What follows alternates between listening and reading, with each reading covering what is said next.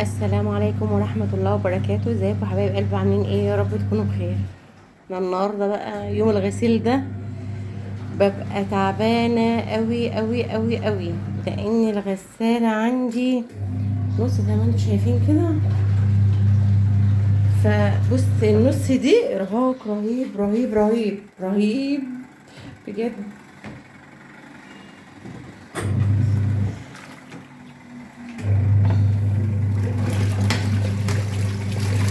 بص ارهاق رهيب. اللي عنده نص اوتوماتيك عنده ارهاق صراحة.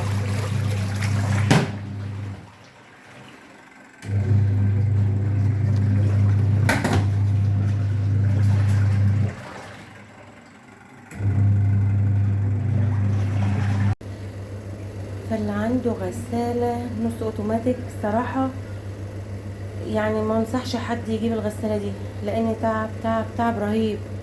النص دي يعني انا بغسل يعني بقالي قد ايه اهو. اقول لكم ايه بس يعني، ولا بص انا يعني غسالة، استغفر الله العظيم يا رب بجد. النص دي متعبة متعبة، ما بنصحش اي حد يجيب نص بصراحة. شوفوا يا ولاد بقى، يوم العذاب يوم العذاب بجد، يوم العذاب. الغسيل دون يوم العذاب.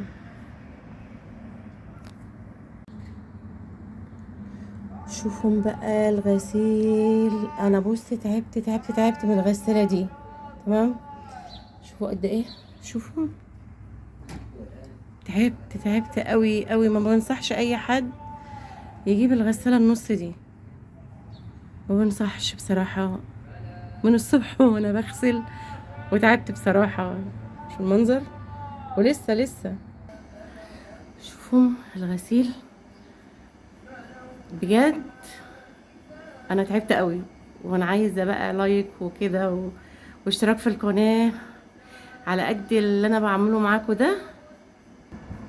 ومش بنصح اي حد بصراحة يجيب الغسالة دي، لانها متعبة قوي قوي قوي قوي قوي.